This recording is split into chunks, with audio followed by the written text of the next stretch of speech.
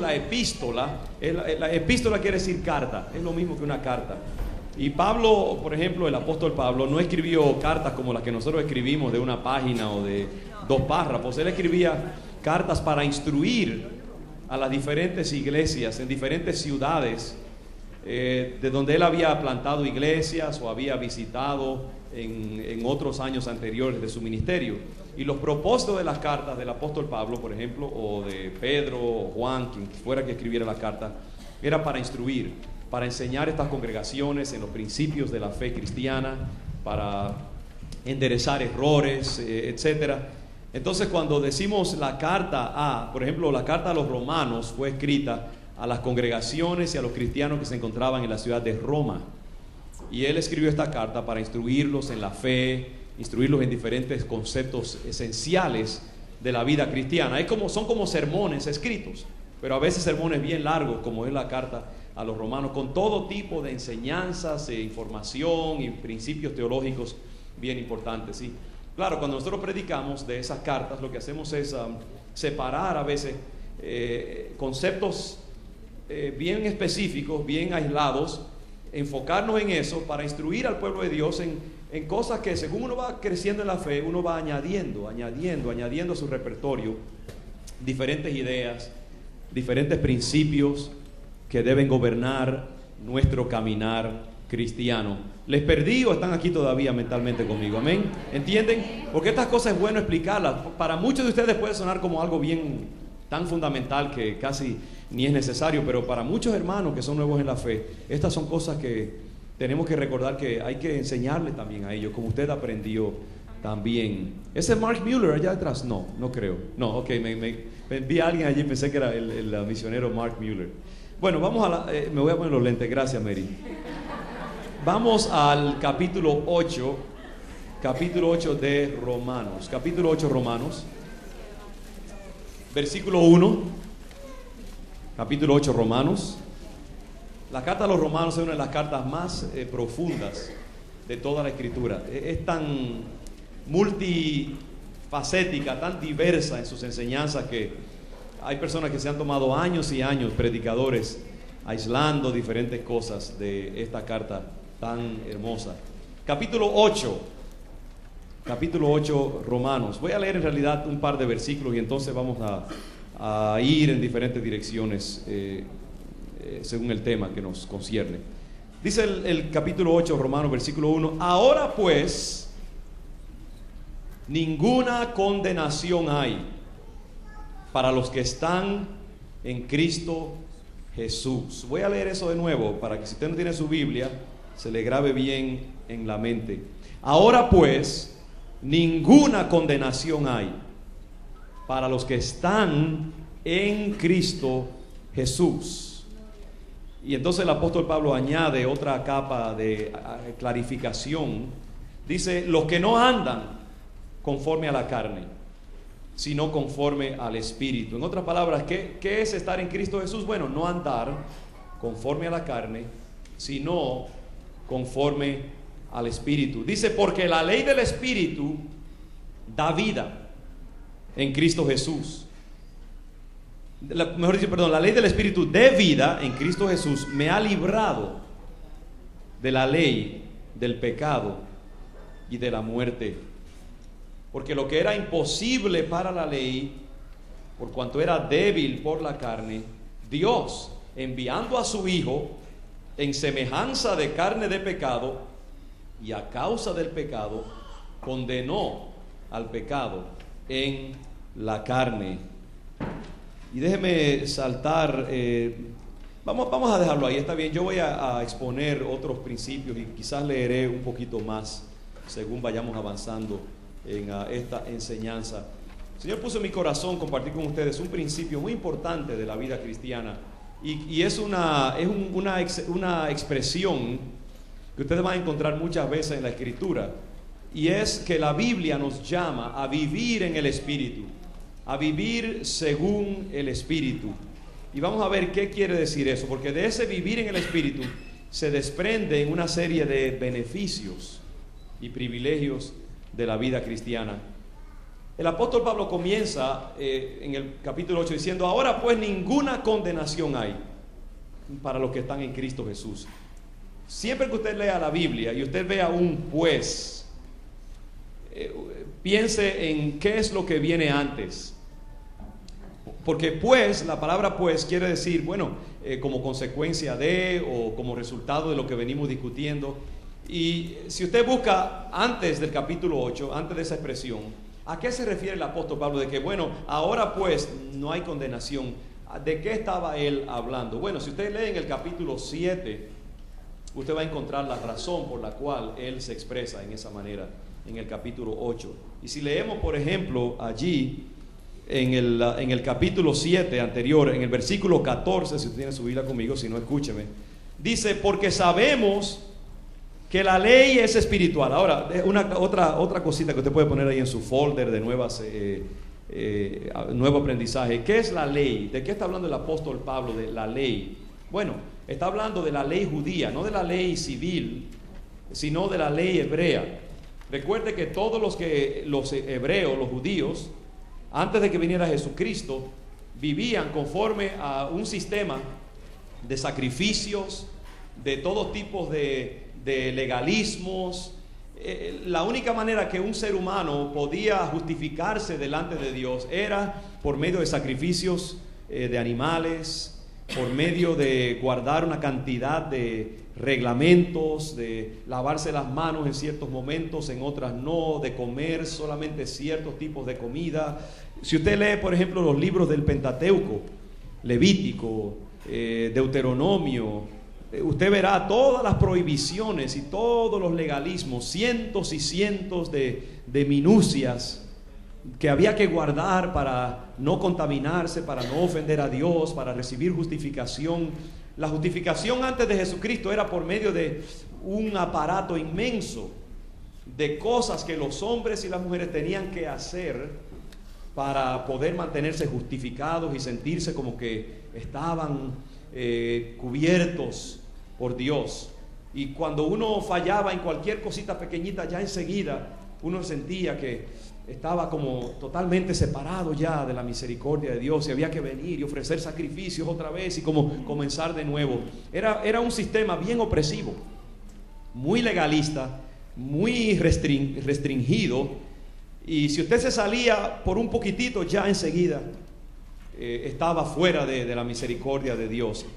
Entonces ese era el contexto, y todo judío vivía bajo ese sentido de opresión, como de fracaso inminente y de la ira de Dios. Inclusive había una cantidad de judíos que ni siquiera participaban en los sacrificios ni en la vida religiosa de Israel, porque como que ya estaban completamente alejados, y el judaísmo se había casi convertido como en una religión para especialistas de la religión. Gente que solamente habían podido llegar a un grado muy alto de desarrollo, y la mayoría del pueblo vivía como al margen de la vida espiritual, de tan restringida y tan exigente que era la vida bajo la ley judía.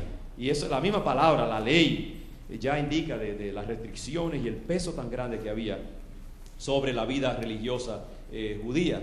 Entonces Pablo dice: porque sabemos que la ley es espiritual, 7:14, mas yo soy carnal, vendido al pecado, porque lo que hago no lo entiendo, pues no hago lo que quiero, sino lo que aborrezco, eso hago. Mire quién está hablando, el apóstol Pablo, un hombre de Dios, un apóstol lleno del Espíritu Santo. Milagros se hacían a través de su vida. Escribió 2/3 partes del Nuevo Testamento, usado para fundamentar mucho de la teología cristiana.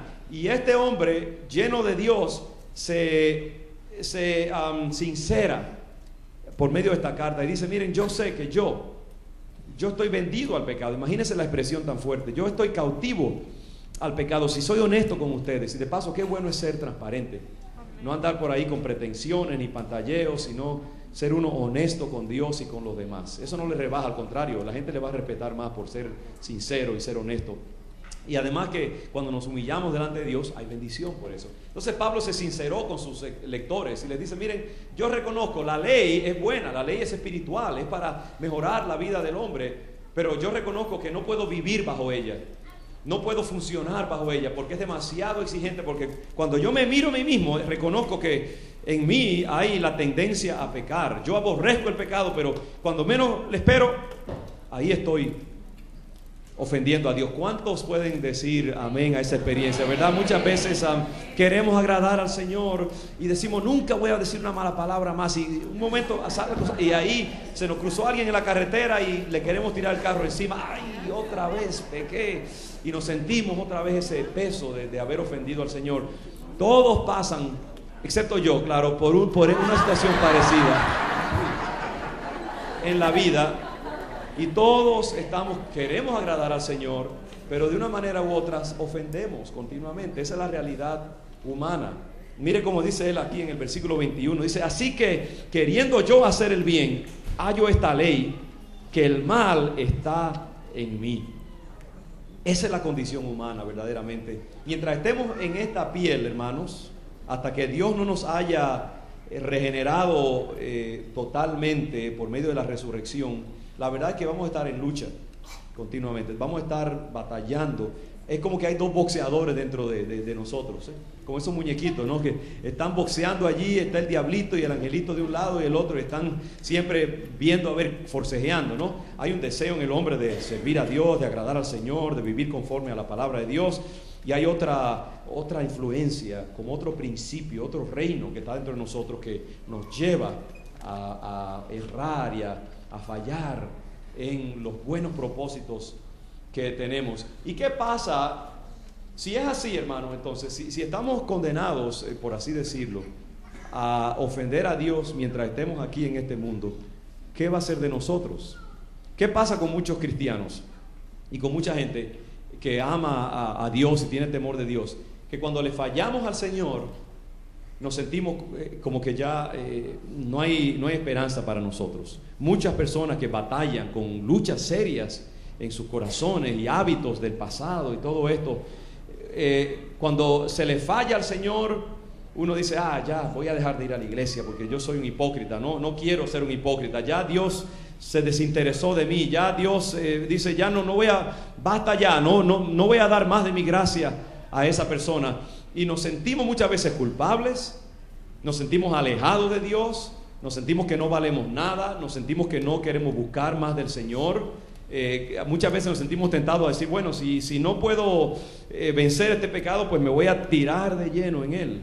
Y hay mucha gente en esta sociedad, precisamente, que por no poder mantenerse victoriosos 100%, ¿qué pasa? Que han abrazado el pecado y han elaborado todo un sistema de creencias y de aspectos hasta culturales para fortalecerse ahora en el pecado y para decir, no, eso no es pecado, sino que eso es simplemente una alternativa, una forma diferente de vivir. Y cuánta gente hoy en día también inclusive los vemos forcejeando con la palabra de Dios, cambiando la palabra de Dios y moviendo los postes, por así decirlo, para hacer que la palabra de Dios quepa dentro de su comportamiento, cuando lo que Dios quiere es que nuestro comportamiento quepa dentro de la palabra de Dios, ¿no? Entonces, ¿qué pasa? Que el hombre, todos nosotros, en nuestra vida de lucha entre el bien y el mal, la tendencia es a sentirnos condenados, a sentirnos separados de Dios, como se sentían esos judíos que estaban bajo esa ley opresiva.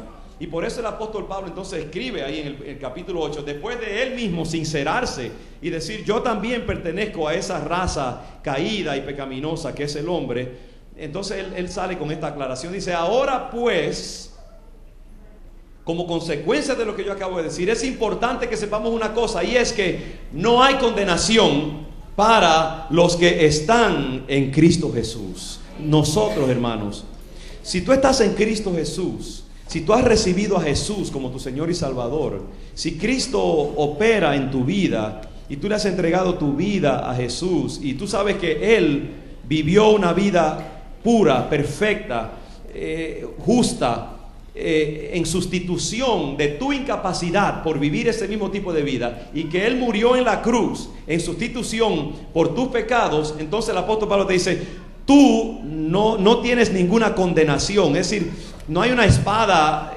colgando sobre tu cabeza lista para cortarte enseguida que tú pecas o que haces algo Porque ahora tú estás bajo la misericordia de Dios, bajo la gracia de Dios. Ahora, yo sé que hay muchos hermanitos que yo les puedo ver la ruedita trabajando en la cabeza cuando yo digo esto. Dice, el pastor está predicando que bueno, que pequemos y que hagamos lo que querramos. ¿Y dónde está la santidad entonces? ¿Dónde está el Dios que dice que Él es 3 veces santo o 7 veces, no sé cuántas veces? Yo sé que muchas veces santo. Y a veces pensamos, una predicación liberal. Tengamos cuidado, hermanos. Sabemos una cosa, y es que la gracia del Señor no la debemos abusar. No se puede abusar la gracia de Dios. Ahora, es importante que sepamos que cuando estamos en Cristo, ya nosotros estamos libres de la condenación. Ya tú no eres condenado, sino que eres adoptado más bien para ser miembro de la familia de Dios. Y sabe que yo personalmente encuentro liberador el hecho de saber que yo tengo un Dios que me ve con ojos de papá y hasta de abuelo muchas veces, y en vez de un Dios áspero y austero y vengativo, que está ahí con un azote listo para meterme un azotazo desde que yo me salga un poquito de la línea. Sabe que a mí eso, el saber que mi Dios me ama y que a través de Cristo Jesús yo tengo limpieza continua de mis pecados y gracia y misericordia, eso en vez de estimularme a mí a pecar más y más y más, lo que me hace es querer mantenerme más dentro de la aceptación de mi Dios. Porque yo digo, caramba, tan misericordioso que ha sido Dios, tan lleno de gracia conmigo, tan aceptador que hubiera podido destruirme y sin embargo me ha bendecido con su misericordia. Yo sería un mal agradecido si abusara de su gracia y de su misericordia. Y yo he encontrado, hermanos, que para nosotros es más fácil vivir vidas aceptables a Dios cuando lo hacemos desde la perspectiva de la gracia y la misericordia que del miedo y de la condenación. Porque eso nos libera, nos suelta la energía. Es como los niños, un niño que crece bajo un padre, una madre opresivo, que para todo de una vez le están dando un correazo, o metiéndolo en un cuarto, o poniéndole un castigo, o diciéndole no hagas esto, no pienses esto. ¿Qué pasa? El muchacho se convierte en neurótico y se convierte en un niño enfermizo emocionalmente, que tiene miedo de la vida, que tiene miedo de expresarse, de experimentar con nuevas cosas. Cuando un niño se cría en un ambiente de aceptación y de afirmación y de amor, aunque también de disciplina, porque las dos cosas son necesarias, ¿qué pasa? Ese niño crece saludable, ese niño crece con una alta autoestima.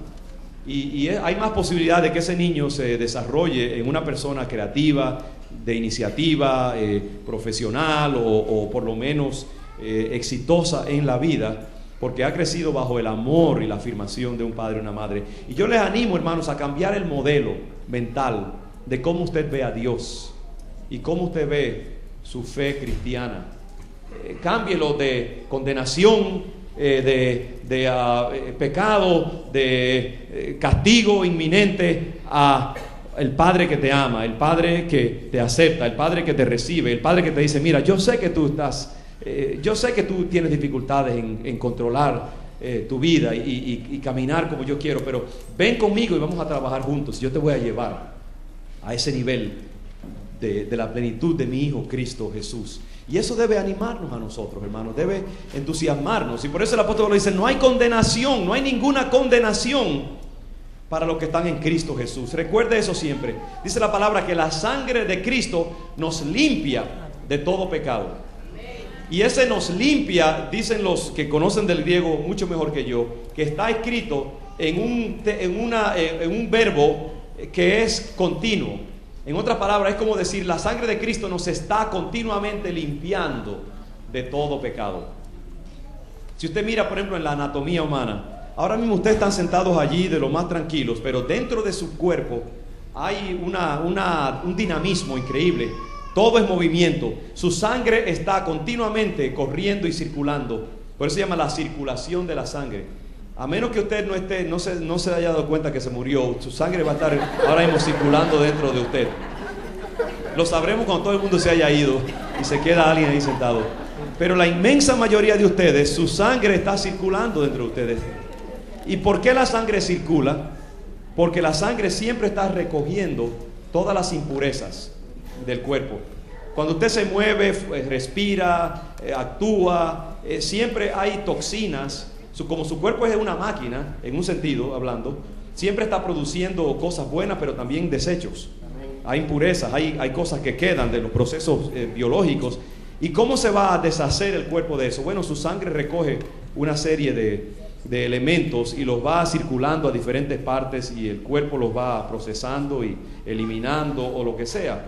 Entonces hay un proceso de contaminación continua, pero también de purificación y limpieza continua. Y yo creo que algo así es la sangre de Cristo en nosotros. Amén. ¿No se goza de lo lindo que son las ilustraciones pastorales? Aunque sea, me tengo que dar un poquito yo de cumplido, si no me lo dan. La idea es, hermanos, la sangre de Cristo siempre está corriendo en usted, limpiándolo de todo pecado. Si usted está en Cristo Jesús, ¿ve? Si no está en Cristo Jesús, lo único que produce su vida es contaminación, toxinas espirituales, daño, muerte. Eso es lo que pasa con la gente cuando no está en Jesucristo. Antes de conocer a Jesús, toda persona está en esa vida de condenación, de negatividad. Hay un peso, hay una sombra. Aunque sea un filántropo, aunque dé dinero a los pobres, aunque sea una persona trabajadora y honesta en el nivel físico de la vida, pero siempre va a ser un pecador. Y lo único que nos hace aceptos delante de Dios sería la perfección. Ninguno de nosotros puede tener perfección. ¿Quién lo da? Cristo Jesús. Su muerte en la cruz nos hace a nosotros libres de todo pecado. Mire en Efesios capítulo 2 una imagen de la persona condenada, de la persona sin Cristo, la persona que está bajo condenación. Y ahí estábamos todos antes de conocer a Jesús. Capítulo 2, Efesios capítulo 2, versículo 1. Dice el apóstol Pablo, esa es otra carta escrita a los que estaban en la ciudad de Éfeso. Dice, y Él os dio vida a vosotros. Está hablando de aquellas personas que ahora conocen a Jesús, pero que antes no lo conocían.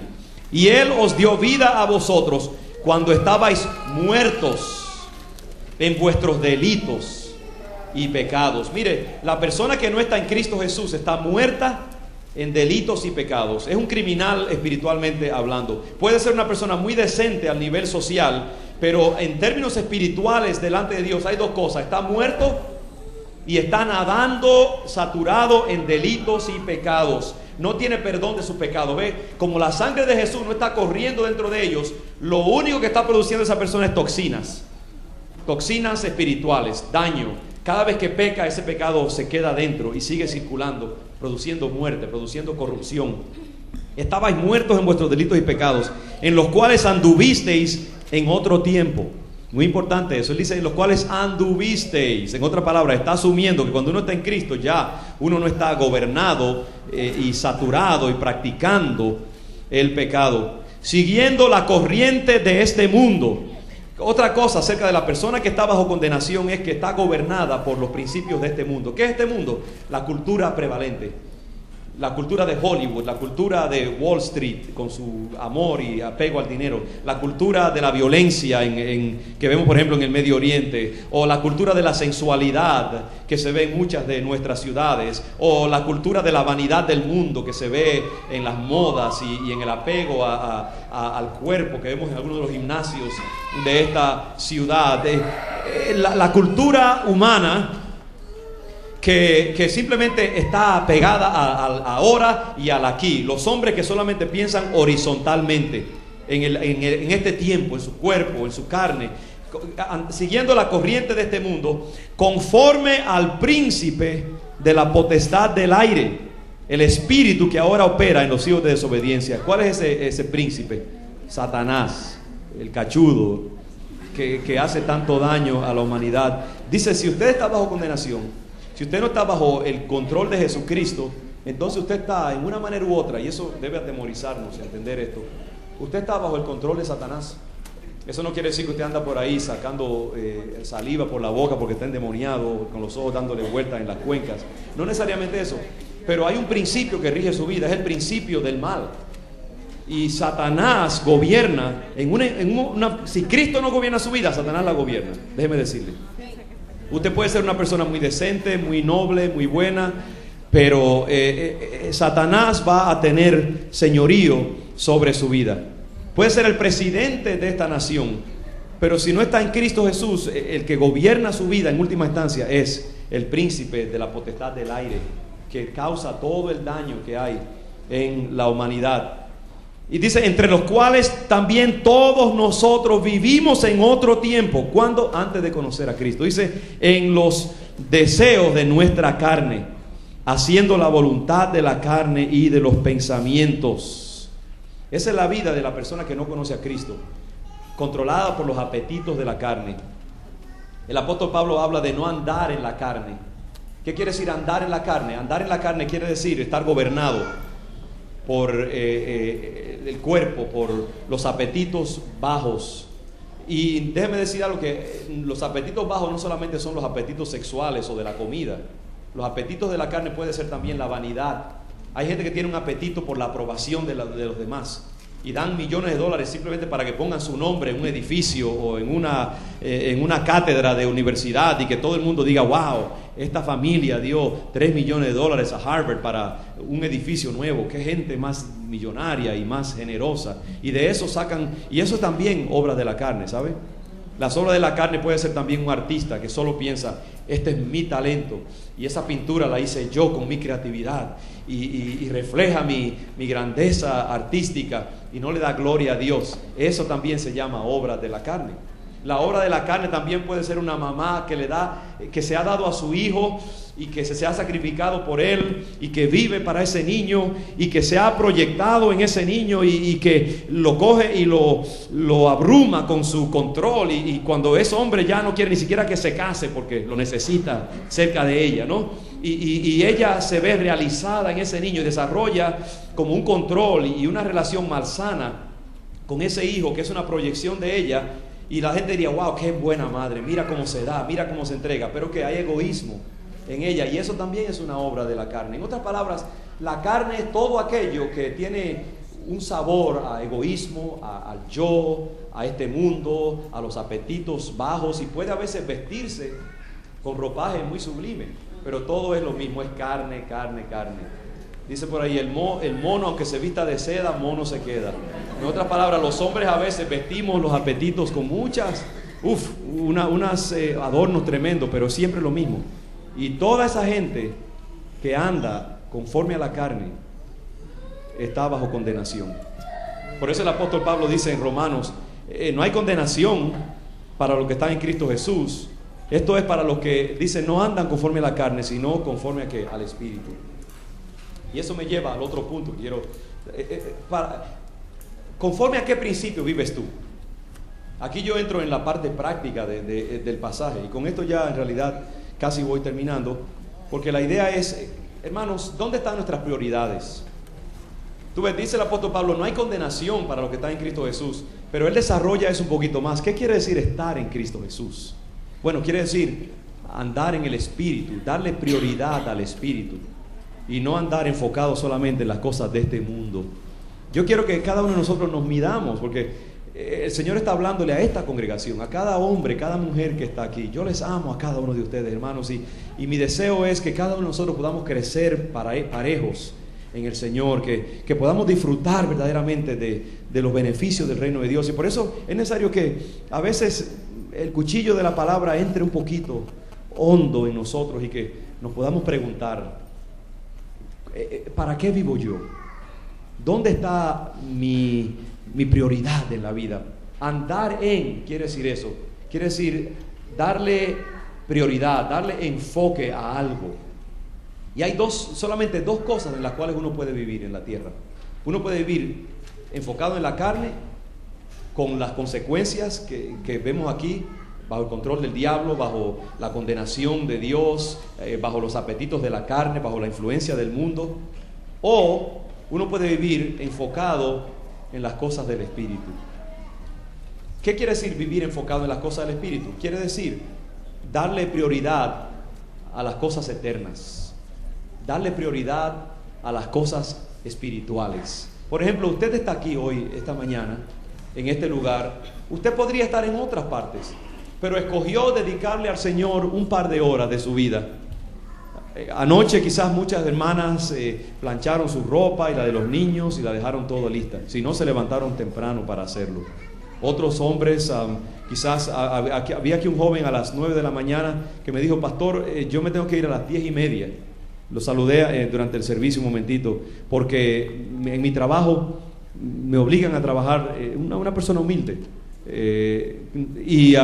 no puedo, es el único trabajo que tengo y necesito trabajar, pero yo vengo aquí, descubrí la iglesia y descubrí que tienen un servicio a las 9, pero me tengo que ir a las 10:30, así que me pidió disculpas. Le dije: hermano, qué bueno, ese tiempo gloria a Dios, tuvo que venir y establecer una prioridad. Muchos de ustedes han venido aquí porque aman las cosas del Espíritu.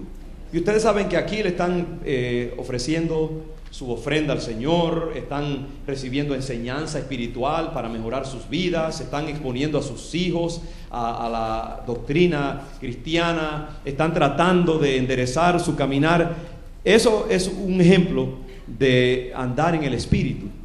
¿Por qué? Porque en vez de estar viendo televisión o leyendo el Boston Globe en un restaurante, comiéndose un brunch, están aquí, en la casa de Dios. Le dieron prioridad a eso. Eso es andar en el Espíritu, pero es mucho más que eso. Andar en el Espíritu quiere decir que su primordial interés en la vida es lo eterno y lo espiritual. Mire, ¿cuál es el primer mandamiento de los 10 mandamientos? Amarás al Señor tu Dios. Dice: con todo tu corazón, con toda tu mente, con toda tu alma, con todas tus fuerzas. ¿Sabe usted que Dios es un Dios celoso? Dios no comparte. Dios no es un Dios polígamo. Dios es monógamo. Él se casa con usted y no quiere otros dioses compitiendo.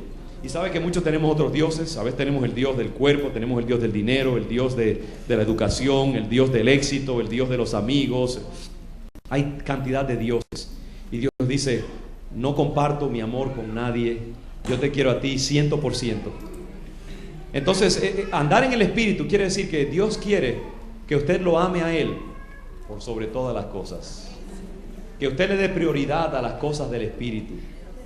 Y que sus intereses, sus prioridades, sus pensamientos. ¿Cuántos de nosotros podemos decir que todo el día, en un momento u otro, nuestros pensamientos vuelven otra vez al Señor?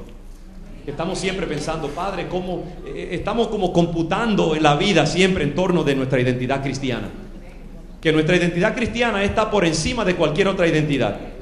Porque hay mucha gente que son hombres de negocios desde las 9 de la mañana hasta las 5 de la tarde. Y Dios está a un lado en ese tiempo, ¿no? Pueden abusar de sus trabajadores, pueden engañar todo lo que quieren, pueden hacer dinero a costas y expensas de los demás, y no, la moralidad no entra en sus consideraciones financieras, porque una cosa es la religión y otra cosa es el mundo de los negocios. ¿Sabe que eso es una mentira del diablo? Usted es un cristiano dentro de los negocios y fuera de los negocios, en el trabajo, fuera del trabajo, en el matrimonio y también en las relaciones sociales comunes y corrientes. Usted es cristiano 24 horas al día. No hay tal cosa como ponerse sombrero evangélico cuando usted entra a la iglesia y después se lo quita y entonces ahora vive otra vez como el diablito, haciendo lo que le da la gana. El cristiano está 24 horas al día como un soldado, on duty. Siempre está con su uniforme puesto. Aunque hay otro uniforme que nos ponemos de trabajador, de estudiante, de lo que sea. No, somos gente del Espíritu, hermanos. El hombre carnal, el hombre que anda en la carne, solamente piensa, como dice el apóstol Pablo, en las cosas de la carne. Está pensando, de nuevo, cómo va a comprar el próximo traje o los próximos tenis de $200 para ser el primero en su escuela en tenerlo. O cómo hacer algo que la gente diga: wow, qué persona más lograda, más realizada. O está pensando en cómo usar ese último ejercicio para desarrollar un poquito las pectorales, una pulgada más, para usar ese spandex, que se vean todos los músculos mejor. El hombre, la mujer en la carne está pensando en qué pensarán mis amigos, o a qué ciudad me voy a mudar para hacer más dinero, para tener ese condominio. Siempre está pensando en términos carnales. Mi dinero es mío y mis intereses son míos, mi cuerpo es mío, mi profesión es mía. Y piensa como que hay una compartamentalización de la vida. Un pedacito para Dios y otro pedacito para otras cosas. El resto es mío. El cristiano no piensa así. Los que andan en el Espíritu es todo un gran círculo y Dios rodea ese círculo. Dios es la circunferencia y todo está dentro de eso. Hermanos, yo predico eso y yo mismo no lo vivo plenamente, pero yo sé que ahí es donde Dios me quiere y ahí es donde Dios te quiere a ti también. Mi deseo es retarte a ti, retarnos a todos nosotros a poder disfrutar de la plenitud de la vida cristiana, de los beneficios de la vida cristiana, y eso solo va a venir cuando seamos radicales, comprometidos para con el Señor, cuando nuestra mente esté siempre pensando en Dios, Dios, Dios, siempre. No es que seamos fanáticos, porque el hombre, la mujer de Dios, mire, puede hacer todo. El hombre, la mujer de Dios puede ser un gran profesional y debe ser el mejor trabajador en su fábrica que haya.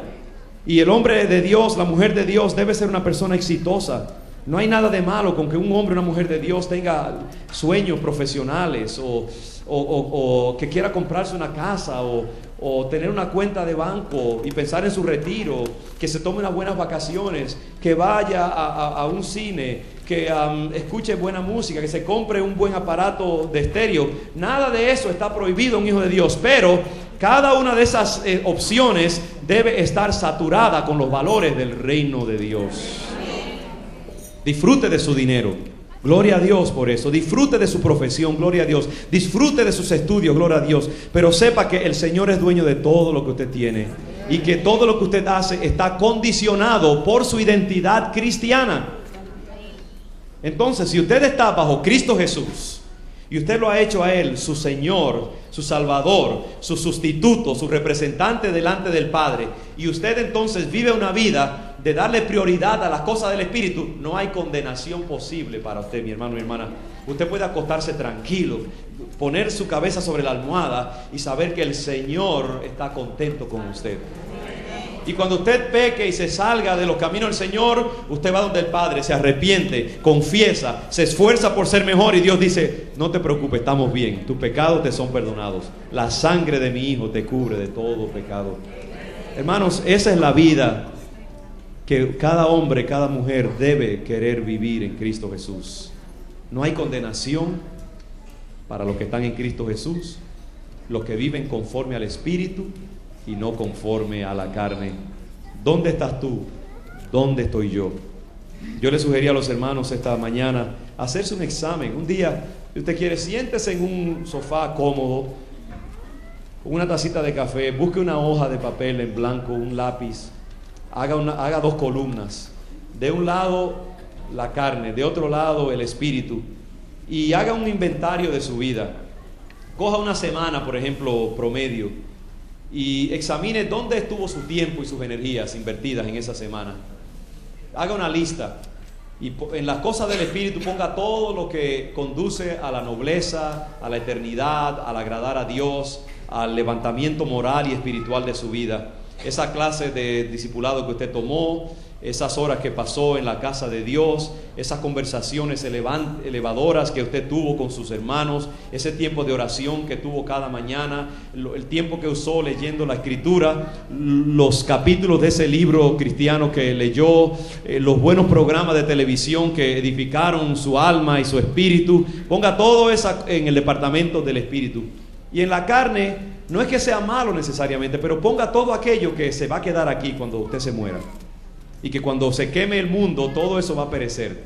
Puede ser inclusive cosas buenas, pero que tienen que ver con el ahora y el aquí. Trabajo, dinero, amigos, gimnasio físico, conversaciones externas, televisión, programas a veces que no conducen a nada bueno. Pero ponga todo lo que es humano, carne, tierra, biología, tiempo y espacio, todo lo que se queda aquí y lo que usted invirtió en la eternidad, ¿no? Coja y mire a ver, eso le va a decir a usted en dónde, si usted está caminando, más o menos, ¿no? Si está andando conforme a la carne o conforme al espíritu. ¿Dónde estuvieron sus prioridades? ¿Qué refleja su vida? ¿Dónde están los valores? ¿En qué está usted enfocado? ¿Qué es lo que le concierne a usted? ¿Qué es lo que le mueve? ¿Qué es lo que lo emociona?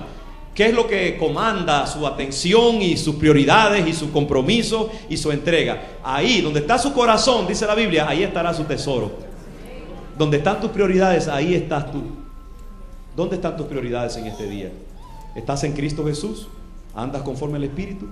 Si es así, no hay condenación para tu vida. Y si no es así, hay oportunidad para ti también, porque el Señor dice, puedes cambiar. Yo puedo entrar a tu vida y hacer un giro de 180 grados si tú invitas a mi hijo a entrar a tu corazón, y si tú comienzas ahora a cambiar las prioridades y comienzas a buscar más de las cosas del Espíritu. Bajemos nuestra cabeza un momento mientras nuestros hermanos nos acompañan allí con algo suave para promover la meditación. Y yo quiero que cada uno de nosotros haga por lo menos un examen de conciencia inicial ahora, un examen de conciencia somero ahí por un instante solamente. Tome un momentito y examínese a sí mismo y pregúntese ¿dónde está mi tesoro? Y está mi vida fundamentada en Cristo Jesús. Puede ser un joven